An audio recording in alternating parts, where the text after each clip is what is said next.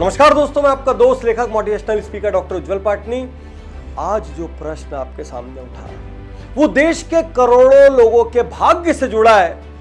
मैं चिंतित भी हूं क्योंकि इस पर विवाद होगा, लेकिन मैं ये मानता हूं यदि मुझ जैसे लोग ऐसा प्रश्न नहीं उठाएंगे तो कौन उठाएगा। इसलिए मैं ये साहस कर रहा हूं, और यदि इस प्रश्न पे सही निर्णय हो जाए तो इस देश का भाग्य बदल सकता है। एक जैन साहब थे। जैन साहब के पास शानदार घर, कई गाड़ियां, खूब बैंक बैलेंस, ज्वेलरी, मान प्रतिष्ठा, सब कुछ था। उन्होंने अपने बेटे को बहुत सुख सुविधाएं दी, बेस्ट कोचिंग दिए, बेस्ट ट्यूटोरियल दिए। फाइनली बेटा आईआईटी में सेलेक्ट हो गया। जैन साहब ने बढ़िया पार्टी दी, क्यों ना हो, गर्व की बात है बेटा आईआईटी में टॉप कॉलेज में चले जाए। फाइनल ईयर तक पहुंचते पहुंचते कैंपस इंटरव्यू हुआ, उसका सिलेक्शन हो गया।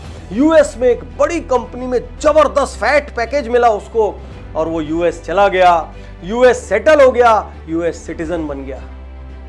लेकिन एक प्रॉब्लम हो गई, उनके बच्चे को आईआईटी में पढ़ाने में मेरा भी पैसा लगा, क्योंकि मैं एक टैक्स पेयर हूं।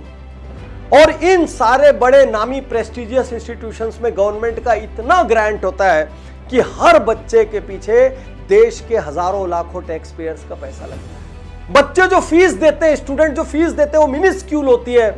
बहुत बड़ा सपोर्ट सिस्टम इस देश के टैक्स पेयर मिल के खड़ा करते हैं। तो प्रश्न ये है, वो टैक्स मैंने देश के लिए भरा था, वो देश के काम आए, देश तरक्की करे, देश ग्रो करे, इसलिए भरा था। लेकिन उनका बच्चा जाके यूएस में सेटल हो गया, वहां का सिटीजन बन गया।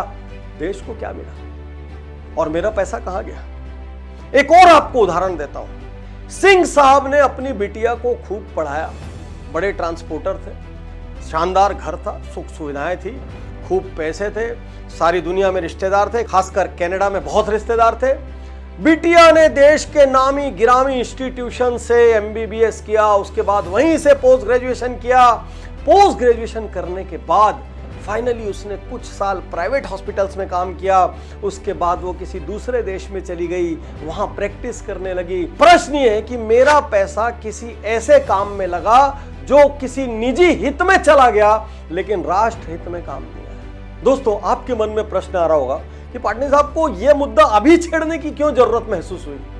अभी हाल में ही एक राज्य में एक निर्णय हुआ, उसकी घोषणा हुई कि जितने भी लोग उस राज्य से मेडिकल की डिग्रियां लेंगे उनको या तो पब्लिक सेक्टर में एक निश्चित पीरियड तक काम करना पड़ेगा, नहीं तो 1 करोड़ रुपए का बॉन्ड भरना पड़ेगा, 1 करोड़ की पेनाल्टी भरनी पड़ेगी, और पूरे देश में विवाद हो गया। लेकिन प्रश्न है कि विवाद क्यों? आप सारी दुनिया को देखिए, सिंगापुर में इंस्टीट्यूट ऑफ हायर लर्निंग में जितने भी इंस्टीट्यूशंस आते हैं, उनमें जब आप डिग्री लेते हैं, किसी भी किस्म की ग्रांट लेते हैं, तो कंपलसरी है आपको 3 साल पब्लिक सेक्टर में काम करना होगा। अगर आप दुनिया के छोटे छोटे देशों को भी देखेंगे, बहुत छोटे, आर्मेनिया, ऑस्ट्रिया, इजिप्ट, नॉर्वे, कहीं भी देखिए आप, सब देशों में मिलिट्री सर्विसेज कंपलसरी है। कम से कम इंडिया में मिलिट्री सर्विसेज तो कंपलसरी नहीं है। तो यदि देश ये उम्मीद करता है कि कोई भी फंडेड यूनिवर्सिटी में पढ़ने वाला स्टूडेंट देश की सेवा करे, पूरी जिंदगी ना करे, तो इसमें गलत क्या है? आज यहां मैं सब स्टूडेंट से आह्वान करता हूं कि इस देश को आपकी जरूरत है। आपने डिग्रियां जो भी हासिल की, आपका जो भी एक्सपीरियंस था, टैलेंट था, एक्सपर्टीज थी, सब कुछ ठीक है, आप दुनिया की बेस्ट जगहों पर जाइए, लेकिन आपके टैलेंट का कुछ हिस्सा इस देश के काम आना चाहिए, ताकि वो लोग जो कम प्रिविलेज्ड हैं उनको पढ़ने का मौका मिल सके, देश का रूरल इंफ्रास्ट्रक्चर एजुकेशन का इंप्रूव हो सके, शहरों में हॉस्पिटल्स के इंफ्रास्ट्रक्चर इंप्रूव हो सके। जब आप जैसे पढ़े लिखे, इंटेलेक्चुअल, ग्लोबल सोच वाले, बड़ी डिग्रीज वाले लोग पब्लिक सेक्टर में काम करेंगे, तो पब्लिक सेक्टर का स्टैंडर्ड बढ़ेगा। तो आपके मन में सवाल आ रहा होगा कि पाटनी साहब बातें तो ठीक है, प्लान क्या है? दोस्तों, आने वाले भारत का नक्शा बदलने के लिए, इस देश को नेक्स्ट लेवल पर ले जाने के लिए मेरा ठोस सुझाव है कि हर public funded prestigious university, college, institution में पढ़ने वाले स्टूडेंट को 2 में से 1 काम करना होगा। पहला, या तो पब्लिक सेक्टर में सर्व करें। यदि आपको लगता है कि कोई रिसर्च बेस्ड डिग्री है जिसमें कोई ग्लोबल एक्सपोजर की जरूरत है, तो कुछ साल बाद करें, लेकिन हर व्यक्ति को अपने लाइफ टाइम में एक सर्टेन पीरियड के भीतर देश वापस लौटकर सर्व करना पड़ेगा। देश में रिसर्च की सुविधाएं नहीं है, कब तक चिल्लाते रहेंगे? जब तक आप लोग वापिस आके देश में सुविधाएं नहीं खड़ी करेंगे, आवाज नहीं उठाएंगे, अपना अनुभव यहां पर लगाएंगे नहीं। सुविधाएं कैसी खड़ी होगी? भगवान आएंगे सुविधाएं खड़ी करने? कोई नहीं आएगा। हमको हमारे देश की जिम्मेदारी खुद लेनी होगी। और पब्लिक सेक्टर में जब तक काम नहीं करेंगे, पब्लिक फैसिलिटीज इंप्रूव नहीं होगी। यदि आपको पब्लिक सेक्टर में काम नहीं करना है क्योंकि आपका पैकेज बहुत तगड़ा है, आपको बहुत बड़ा नुकसान हो जाएगा, कोई दिक्कत नहीं। आप एक बड़ा फिक्स्ड अमाउंट विथ इंटरेस्ट, चूंकि आपका पैसा हम जैसे लाखों करोड़ों टैक्स पेयर्स ने भरा था, हमको नहीं चाहिए वो पैसा वापस।